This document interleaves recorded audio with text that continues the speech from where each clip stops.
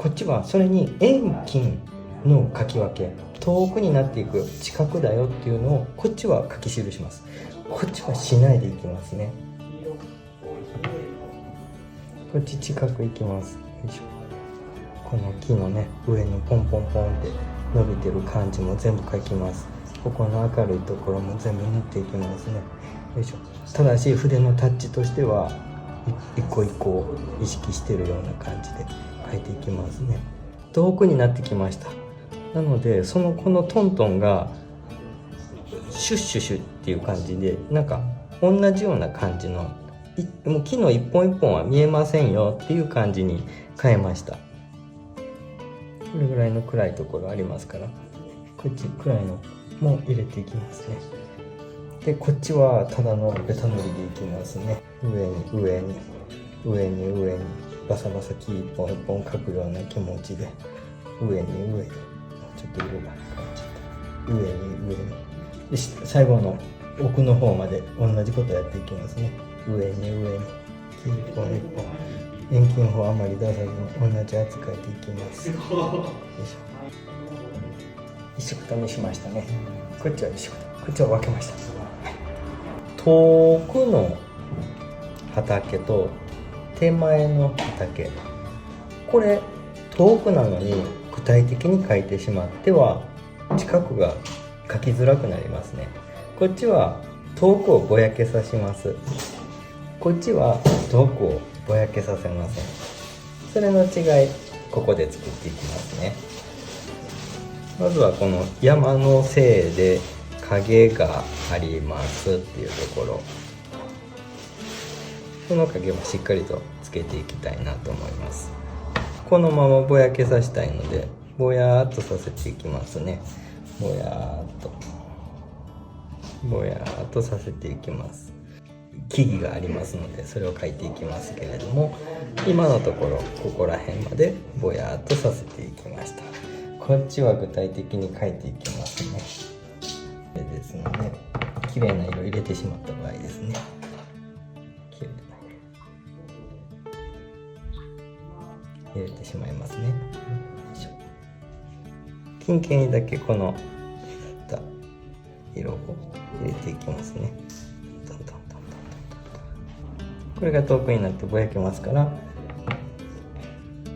このまま水打ちしてありますのでね、ぼやっとしていってもらいますね。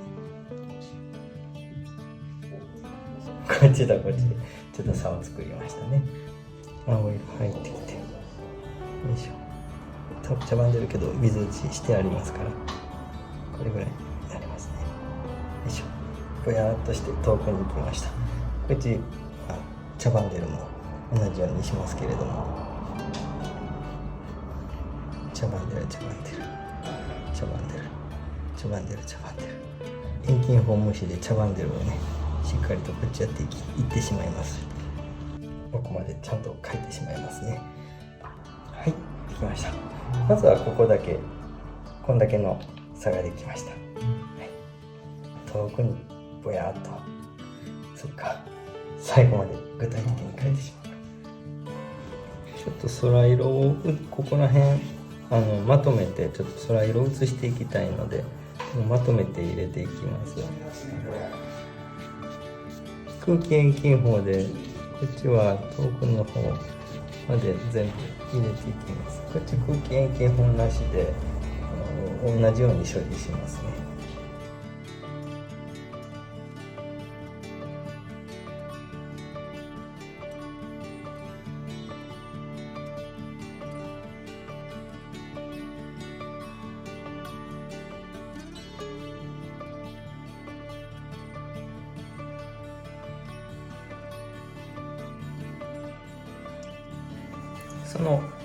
それらを積み重ねて、で体力が切れないように最後までここは近くだから草を描こう、でここはあぜになってるから影もあれば光も当たってるところもある、田んぼはもう稲が生えてるところもあれば水のところもあるを懸命に合わせて見ていたパターンです。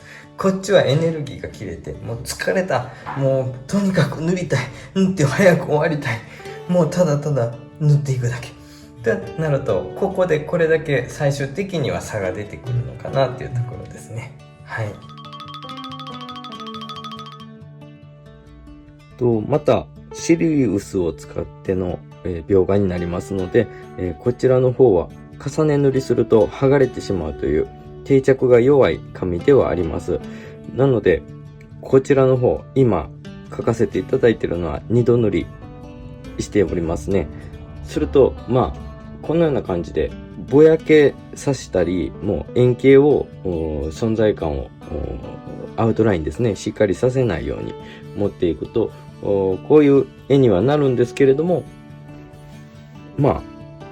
比較的もう少し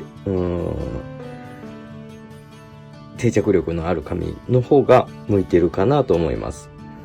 ですので基本に従いながらシリウス紙を使うとこんな感じで、描画となります。何かの参考になればと思い撮影いたしました。ご視聴いただきありがとうございました。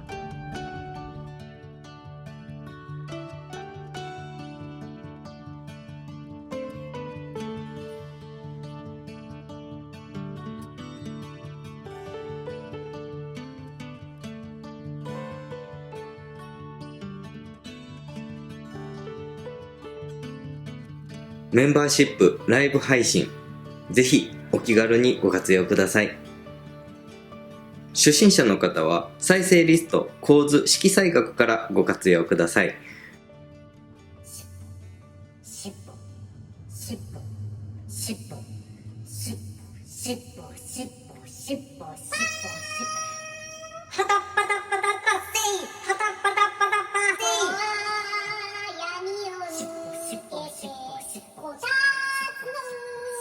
パーカペット